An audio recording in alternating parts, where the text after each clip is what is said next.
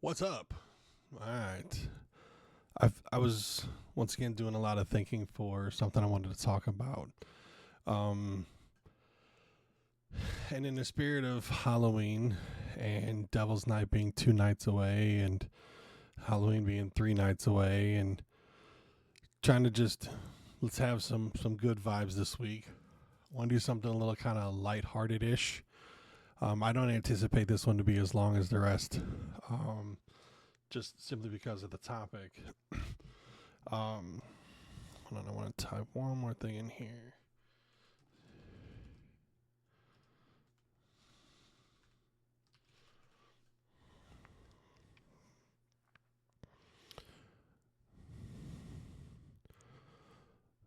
Okay. No, Rolling Stone, I will not give you ads. Piss off. So, what are you going to ban me from? Whatever. All right. So, like I said, in light of Halloween and everything, it was like, all right, scariest whatevers. So scariest movies and scariest video games. I don't really consider TV shows because if it's a series, it doesn't. I don't know. There's been more like movies than there have like TV series. But anyway, according to Rotten Tomatoes, number 10 is 2017's It. Uh, nope. Nope. Would not agree. Not at all. No. Especially considering if you've read the book or you're familiar with the Tim Curry one. No. Um, I what was it last year? I think I picked up it for the first time. Well, for the second time, really, and I actually read through it. Um, and it may be a book that I go back and read again because I did skip all the dairy interludes. It's like I don't care, I don't care, I don't care. I want to read the actual fucking story. I don't want to read any of this extra bullshit. So I skipped all of those. And with a busy work schedule, shit like that, it took me almost a month to read it. Um, so I would have to vehemently disagree that the newest iteration of it is the scariest because no, no, I don't think so. Then it says Insidious from 2010. To be honest, I never saw it. Um, One of the ones that I was truly creeped out about is on this list.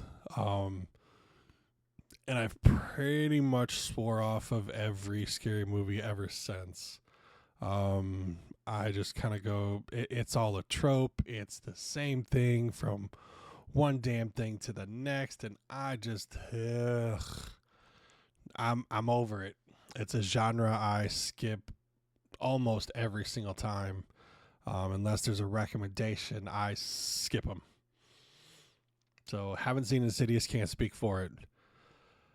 Then it's 2012 Sinister at number 8. Again, haven't seen it. No, have not seen it, so I can't speak for that one. Um, Halloween from the original, I will go, okay. I would think out of the three big ones between Michael Myers, Jason Voorhees, and Freddy Krueger, I would probably say Michael Myers is the probably the creepiest one. Um,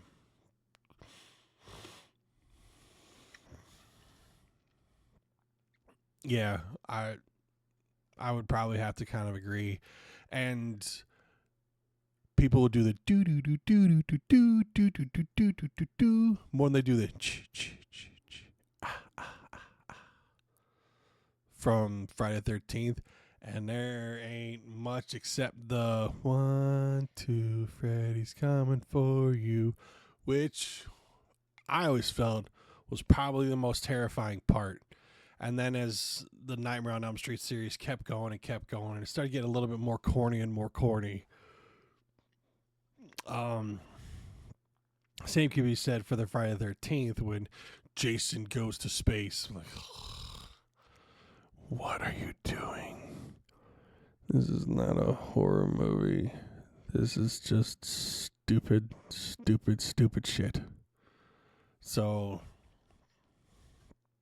I would probably say Halloween is right about where it should be. Number 6 is the last one I watched that I was like, holy shit. And that's The Ring, from 2002.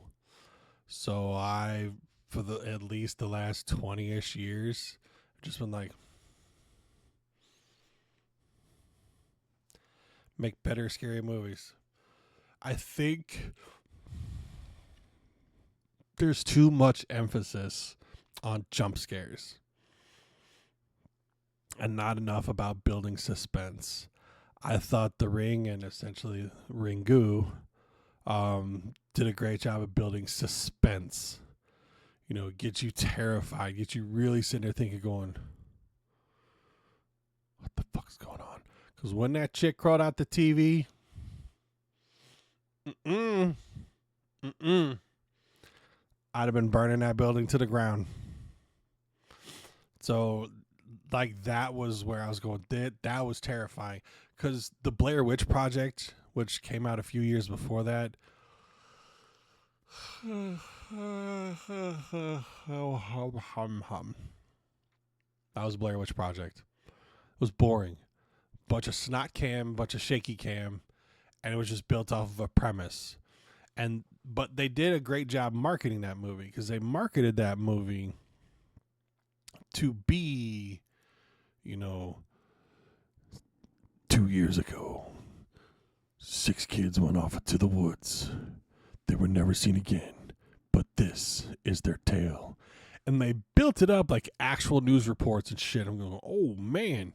So the build up for it was unlike anything that had ever been done before. And it was pretty freaking awesome for a completely subpar movie. I would say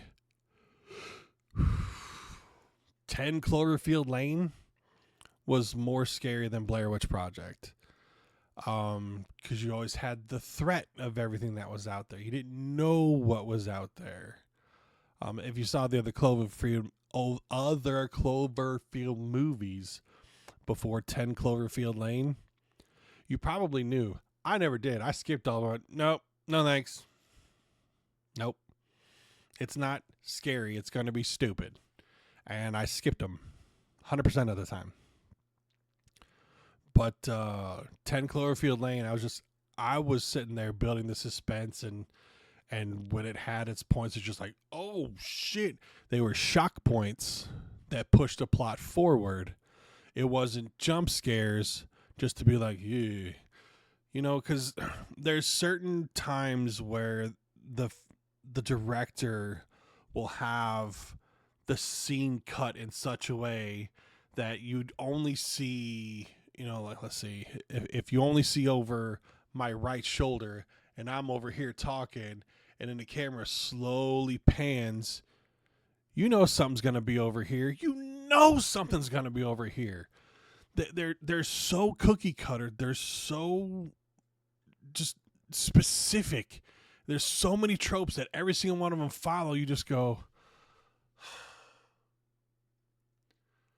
why is this so dumb? Why is this so dumb? And there's so many things that are dumb. I've stayed away from, like I said, almost 100% of them. Number 5, I would agree. Number 5 is the original Texas Chainsaw Massacre from 1974. That movie was fucking weird. Especially when Grandpa starts sucking on a finger. And in the very end, bruh. Maybe when I watched it, because I think I was a freshman in high school and got invited over to this really hot girl's house for a party. And everyone kept telling me that this was all based on a true story. And just watched it. Like, there was a lot of parts that were just like, that's weird. What? So when you have more of a sense of these could potentially be real people doing real things in a real situation in a real part of town. I mean, even if you see trailers for Dale and Tucker versus Evil, some of that shit is directly in line with the same horror tropes. You got people that look different from you out in a part of the woods that you're out visiting for the weekend just to have a good time and unwind. There's a group of people. None of them take any of them serious. They start making fun of them. Like, it's all written there. And then they just spoof the whole fucking thing. So when you have something like Texas Chainsaw Massacre that, you know, even the title isn't just like Leatherface. Because you would have been like, eh. But to have it called the Texas Chainsaw Massacre puts it into your head to where you're going, huh? Could this be real? I don't think it could be real. It could be real. I wouldn't consider it to be real, but it puts it into your head that it could legit be real. And you have real fucked up things that happen with real fucked up things. So Resident Evil 7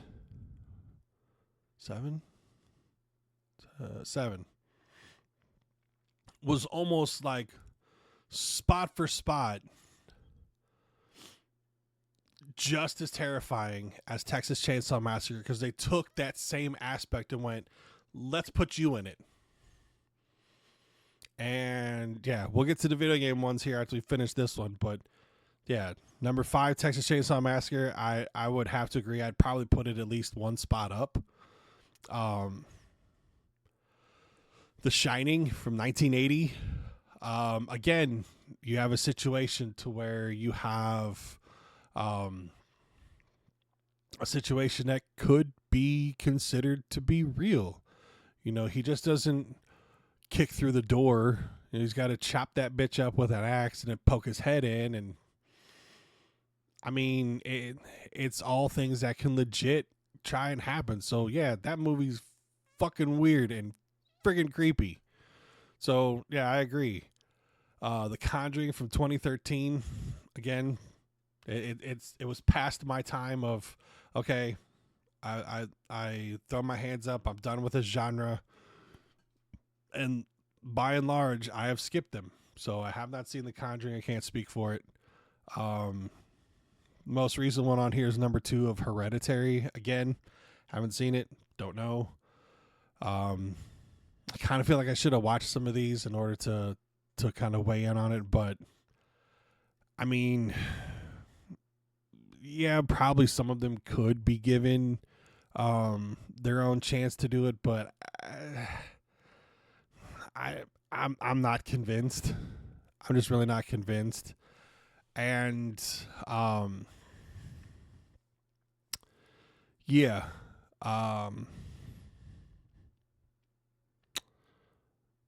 Number 1's The Exorcist from 1973. I think pre-1980s, even 1985. That's where you're going to have ones that are thrown out there and just say, yep, that can easily be something. But Exorcist was up there.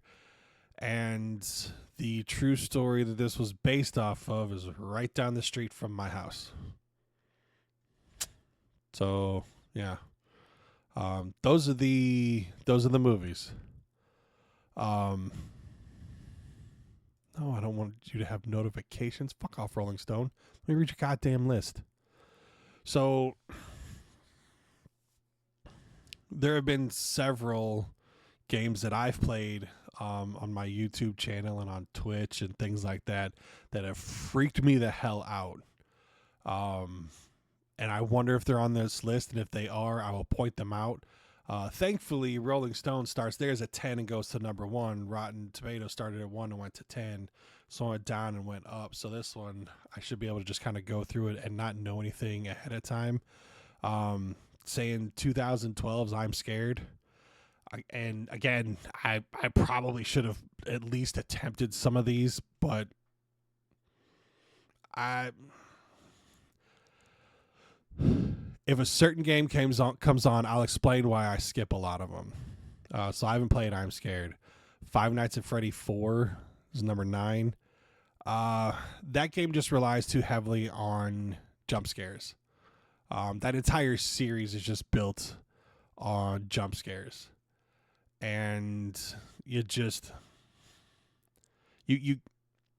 if you're solely relying on jump scares, then I don't think you're doing it right. And that's kind of my standings on anything that's supposed to be horror or scary. Number 8 is PT. So, the fact that this is number 8, and it's probably number 8 because if you didn't play it in 2014 or you don't have access to a PlayStation 3 that has it on there, because it's not distributed anymore, I think is the only reason why it's this far down, because this thing needs to be way higher, going down the list, way higher. Because a lot of that shit was freaking me out. I want to say I got a chance to play some of it once. No, that was Resident Evil 7, I think. I just remember a bathroom and something being in the sink and sounding like a crying kid. That just really weirded me the fuck out. But I think the only reason why this isn't higher is because it's so hard to come by now. But I agree that it needs to be in the top 10 at least. Okay. This is the one I was hoping for. Number 7 is Phasmophobia. Hell no. Okay. I'm about to go off, and there's probably going to be a ton of people I'm about to piss off whenever I talk about this. But this game is boring. Okay? It's boring. I've played with people, and they're all just going, shh, shh, shh. And I'm just taunting the ghosts, yelling, calling them pieces of shit, and they're a bunch of pansies and all this other kind of shit. I never got scared. I never got killed. The thing with a lot of horror games is they rely on two things to be considered scary. First and foremost is they reduce your visual range and visual spectrum so that your perception is lower, because 2, they're going to rely on jump scares. And that's what this game is. According to Steam, hold on.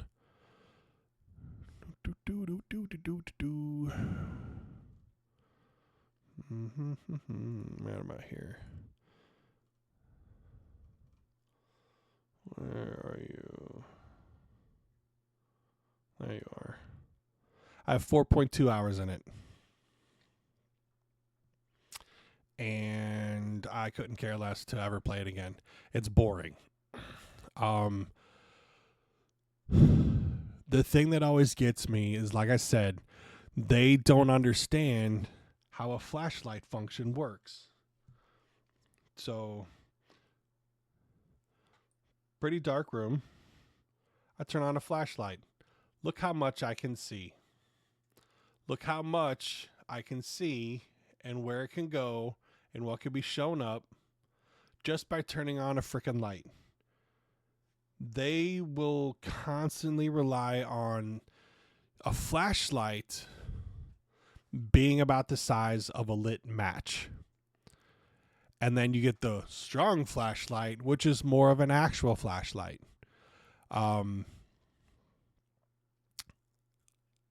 That to me is just piss poor design. I believe I did a review on this thing, and I did a review almost 4 years ago. This was my review on the game.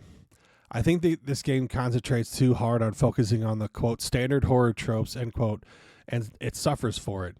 We don't need white noise when going into a location. That's just a distraction for the players. Keep it quiet because it's way more creepy and you'll pay way more attention to every little sound you hear. 100% true. And, quote, stop, and this is all caps, stop having the, quote, strong flashlight be so weak. Why is this such a commonality amongst horror games? The strong flashlight should be the regular, normal flashlight. Make the strong flashlight cover more area. It's as if every single horror game developer doesn't understand how an actual flashlight works. Walking around a room with you facing the wall with your regular flashlight is the only way you can really see anything. Even a cheap $1 flashlight would be better than that. The ghosts are fickle. Trying to get a picture of dirty water is damn near impossible, and we just skip it because it's a waste of time. Having other things to mess with and whatnot is fun, but there were far too many times where we were just being loud and obnoxious and nothing was happening. If you have such fickle matters going on, then I'm getting bored and don't want much to do with anything anymore. I literally walk around the house screaming their name again and again, having nothing happen. In 8 jobs, I've died once, and that was just to see what it would be like for my streaming audience. This game has potential, but in its current state, it is boring. P.S. Sprint? Give me a break. Having 2 legs in a cast and trying to run for your life, and you'd run much faster than this. Video game glitches make the characters seem to be rubber banding all the time as well. Little tweaks to fix the game, and I think it'd be a lot of fun to play. But as of right now, no, it's boring. 100%. 100%. That is almost every single horror game that has ever been released. And there's another one that I'm pretty sure is on this list, and I since this is at 7, I'm betting the 2 that have freaked me out the most aren't even on this list. But let's see what number 6 is. Number 6, Clock Tower from 1995. I after Resident Evil, I just wasn't interested, so I don't have anything to say on that. That was for basically Super Nintendo and the first PlayStation, so we're gonna skip that. Rule of Rose, 2006 for PlayStation 2. Nah, I skipped that too. Okay. Number 4 is Resident Evil 7 Biohazard. I would agree. That game was freaky until you get to about the last 20%. I had the same thought when it came to Resident Evil 8, and everyone was all gung-ho for that one, and it was boring. I understood what they were trying to do, but it's always been my thing that they don't really understand how to have a final showdown without things just getting really, really stupid. And it's what really hurts both of those titles. Yep. I fucking knew it. Number 3 is Outlast. Another game that I quit. I got tired of being trolled. I believe I either did a YouTube video on it or a stream. I don't remember which, but in the middle I was like, all right, I'm so sick and tired of being trolled. I'm done with this dumbass game. Because, and I remember the last scene in Outlast that I said, fuck this dumbass game, I'm done. Went into a cafeteria, and all of a sudden guys start throwing shit and the cafeteria bursts into fire. And then you go to try and put out the fire. Oh, it requires 2 handles. You don't have those handles. You can't continue forward, but you got to go backwards to get them. And that was their modus operandi the entire time. Was you go to a certain point and you hit a block. You got to back up to find the solution, input the solution, go forward till you hit a block, got to back up. It was so formulaic that I just went, I'm done. I'm done. This is stupid as hell. If it would have just given you just a thought to go, this circular crank seems out of place. I should probably pick this bitch up. But no, you go back and you grab one, and then another one's hard to get. And that was their entire thing. One's easy, the other one's hard. And it was just such a troll fest. I went, I can't do this, man. This is fucking dumb. Alien Isolation better be on this list. But I'd almost be willing to bet that it's not. But Outlast, no. That game was just dumb. Number 2, Fatal Frame 3, The Tormented for PlayStation. I skipped all those. Not even going to put Alien Isolation on here. Wow. Okay. Number 1 is Amnesia: The Dark Descent. I have heard numerous things about this. Hold on. Again, what is my playtime on this thing?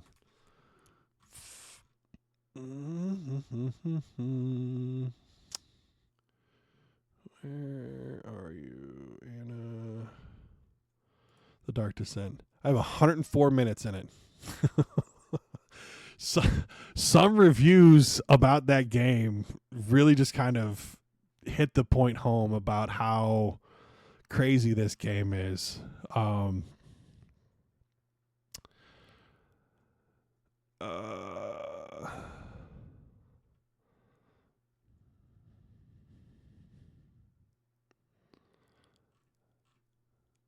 Some of the funny reviews aren't there anymore. There was one that said something about footfalls in the puddle, and I Alt F4'd and uninstalled and never went back. I remember some of that stuff freaking me the hell out. I still have not finished that game. Obviously, for 104 minutes, I'm not good enough to speed run through it. And it just kind of sucks that I think the graphics hold it back, especially with how you compare everything nowadays. So trying to go back and play it now is going to be rough. Alien Isolation, I felt needed to be on this list. You could throw out that Five Nights at Freddy's bullshit and put in Alien Isolation, especially it's in Five Nights at Freddy's number 9. Alien Isolation needs to be up there. That game was freaky as hell because you're just sitting there, all of a sudden you just hear thump, thump, thump, thump, thump, thump, thump, thump, thump, thump, thump, thump, thump, and then you just see the alien come down. You're going,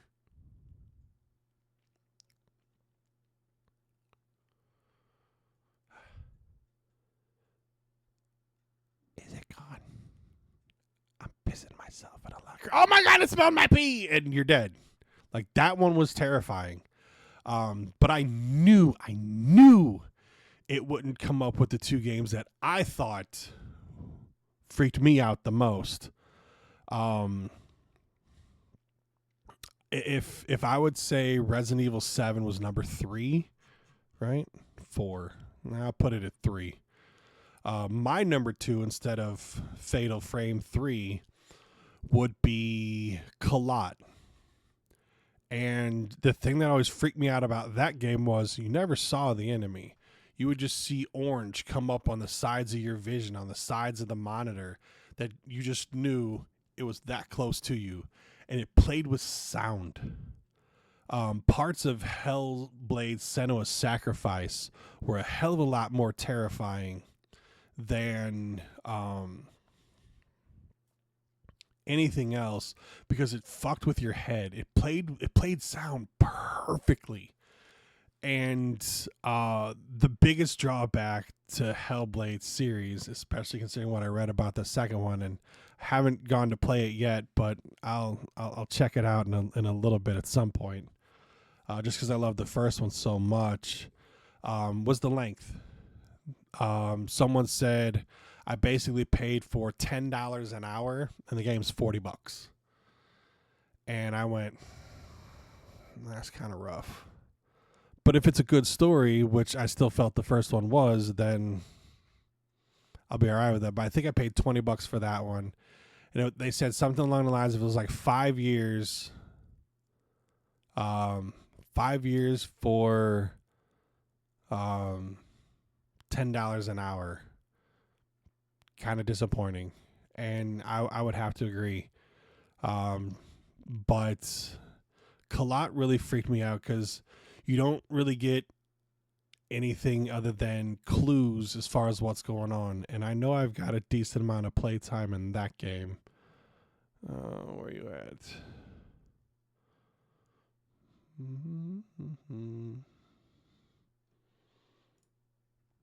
3.2 hours.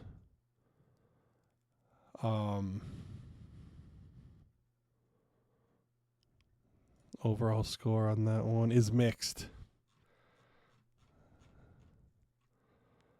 It's annoying that the only way I could play this game and finish it is by a walkthrough.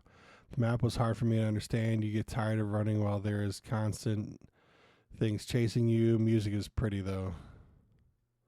Love the story and the soundtrack, but I didn't enjoy the gameplay. The concept of realism and map is okay, but it would have been nice to have the possibility to mark something on it. Also, movement problems. Our character cannot jump, gets tired fast, and gets killed easily. There's something wrong with the balance, recommended only for patient and true walking simulator fans. And I think a lot of that goes back to you have this sense of a lot of games now hold your hand. You have ones that put an objective marker on a map, so you got to do is turn and go, oh, I go that way. Or when you go into an area like, I don't really know where to go. Oh, well, it's painted yellow or white, so I know I go that way. Or I go that way. Or I go up. Or whatever. And I think a lot of the hand-holding that is in games now ruin a lot of games like Kalat, simply because...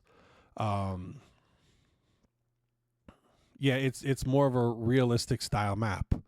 You have to look at landmarks. You have to look where you are, and you have to be able to piece that shit together. Can't follow a real map? Guess you're a dumbass, and you are not going to like the game because you're a dumbass. And from the 2 reviews that I read, it's because you're a dumbass. So, congratulations, dumbass. I would have to say my number 1, Amnesia, I'd put it at about 4 or 5. Just simply because I didn't play a lot of it, and I think a lot of the graphics by the time I did play it were really hard for me to understand what was going on and what I had to do, but I understood where it was going, and it was freaky. Like, people were saying Soma was a scary game, and I got bored. I just stopped playing. And I have thalassophobia, and I'm walking on the bottom of the ocean. It's a different type of science buildings and shit that are underwater, and I'm going, Subnautica was more terrifying to me than fucking Soma. I have thalassophobia, and going that far into the ocean made my anxiety go through the roof of the sub. But my number 1 is Monstrum. Premise is simple. You're on a tanker. There are boat, helicopter, and submarine. There are 3 ways off. And you have to roam around and find, I think, the 4 or 5 components needed to get out. I know my playtime's on that thing's like a couple hours. 2.9 hours. I have never gotten off that ship. Never. Because there's only 2 things alive on that ship. You and the monster. That's it. So you're in a confined space. You can see everything. Everything can see you. You can hide. You can sit there and have some ways to fight back. But a lot of them are really only one-time use and just distractions so you can get away. And that, to me, is the most terrifying game that I've played for longer than 2 hours. Granted, 104 minutes in Amnesia Dark Descent. I'm not too far off from being at the point where I am in Monstrum, because I've just under 3 hours in there, and I've just under 2 hours in Amnesia. But those were the things that I would say were more terrifying to me, because my anxiety was going through the roof playing Monstrum. Um, even with some of the guys I follow on YouTube and some of the people that I watch and things like that, I've seen them play Monstrum, and I think he only has 2, maybe 3 videos on it, and he was just as freaked out and terrified as I was, and he never finished it either. So shout out to Sylvia Womble for that one. He also played Alien Isolation. He got through the whole thing, but he was just as terrified in that one as he was in Monstrum, but he went through the whole game. So that tells you that Alien Isolation was terrifying, but you at least had weapons and shit that you could use to defend yourself. So it was a little bit easier. Your biggest weapon on Monstrum is a fire extinguisher if you use it right. Oh, and not to mention, there's 3 different types of monsters that show up on that ship. So you don't know which one you get. You have no idea. Not a clue. And because you can see everything, you can see all the way down the ship until something obstructs your view. It doesn't have fog of war. When you go underneath the ship, there are spots that are darker that you may need if you go off the beaten path to where lights are not, but everything is lit up. All the lights are on. And that goes back to what I was saying is you can show us everything. And if you give us a certain type of game and make it limited, excuse me, and make our choices limited, or we got to plan ahead, or shit, what was that? Or I just heard footsteps go over my head. You use the sound cues more than the visual cues, because you don't necessarily do anything that would all of a sudden attract the monster unless an alarm goes off, because a security camera saw you and it would start setting off an alarm, and that will let the monster know you're nearby. And so it comes running, and you'll hear it, and you'll hear it. And stick around, you will see it, and you will have these things that come in on the sides of the screen that just start to let you know it's nearby. And you're just going, please don't save me. Please don't save me. Please don't save me. Please don't save me. Please don't save me. Please don't save me. Please don't save me. Please don't save me. Please don't save me. Please don't save me. Please don't save me. Please don't save me. Please don't save me. Okay, it went away. Okay. But your flashlight works. You just run out of batteries. It works like a normal flashlight. Your glow sticks work like normal glow sticks, but they have a shelf life. Like everything else, your egg timer works to just create noise.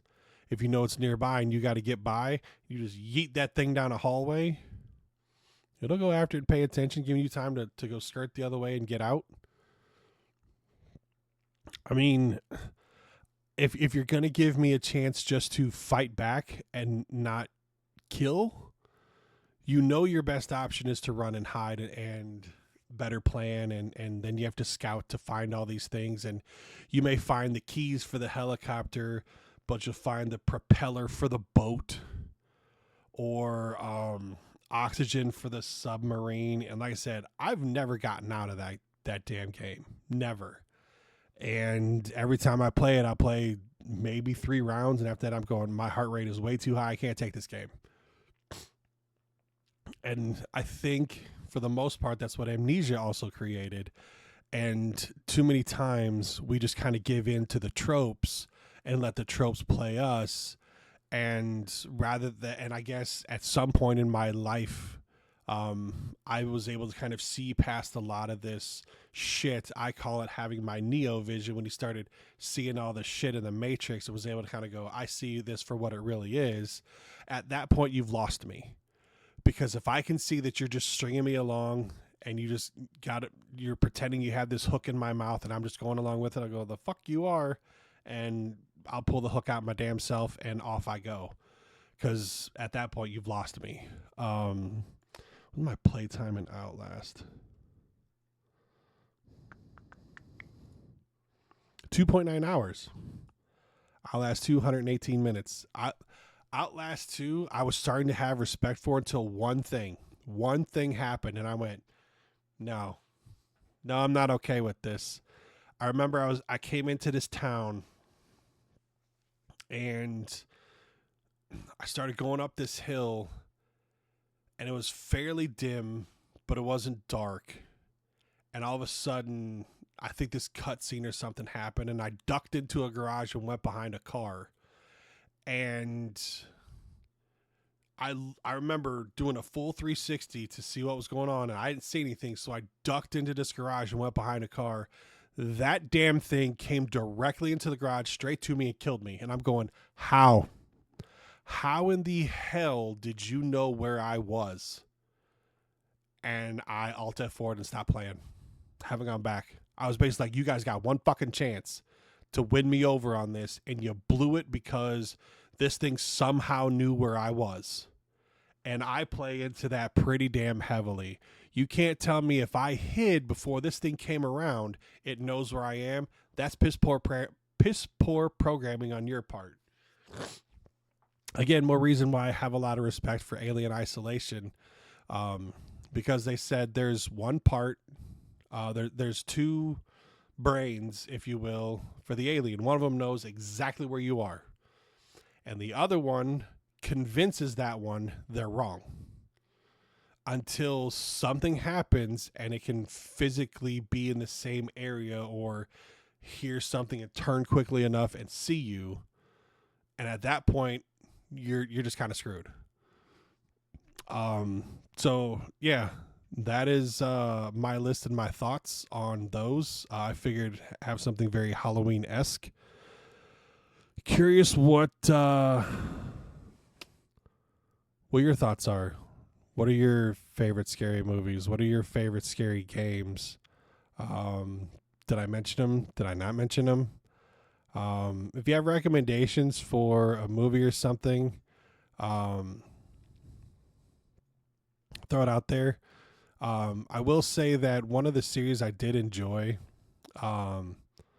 just for the type that it was, not necessarily its big old plot or whatever, was the Saw series. I felt that was a breath of fresh air that was needed. And I've heard a lot of Jordan Peele stuff is supposed to be pretty good. Haven't seen any of those yet. But yeah, I'm semi-curious. Again, I kind of have this stigma, and it was probably due to one of the girls I was dating that every damn weekend we'd go to Blockbuster, we'd get 3 movies, 2 that she wanted and 1 that I wanted, and I just started picking random shit because at that point I was like, I'm movied out. But I had to watch all of them with her, even though I didn't want to see a goddamn thing she ever picked up. Like, I don't want to see that. Come on, watch it with me. I didn't want to, and I eventually just went fine. And I think that's probably another big thing, is that I was just so inundated with it when I was younger that I just eventually got to the point where I can't do this anymore. This whole genre is fucking stupid. I can see through everything. It's trite and stupid, and I'm done. I'm dumb for watching it, and I'm done because I watched it, and I'm done on this video. So you guys have a great Halloween. Be safe, and yeah, might get into some real shit. I wanted to do it today, but I was like, no, let's do an actual kind of Halloween thing, and maybe I'll get into another one next week. We'll see. Have a great one, guys. Be safe.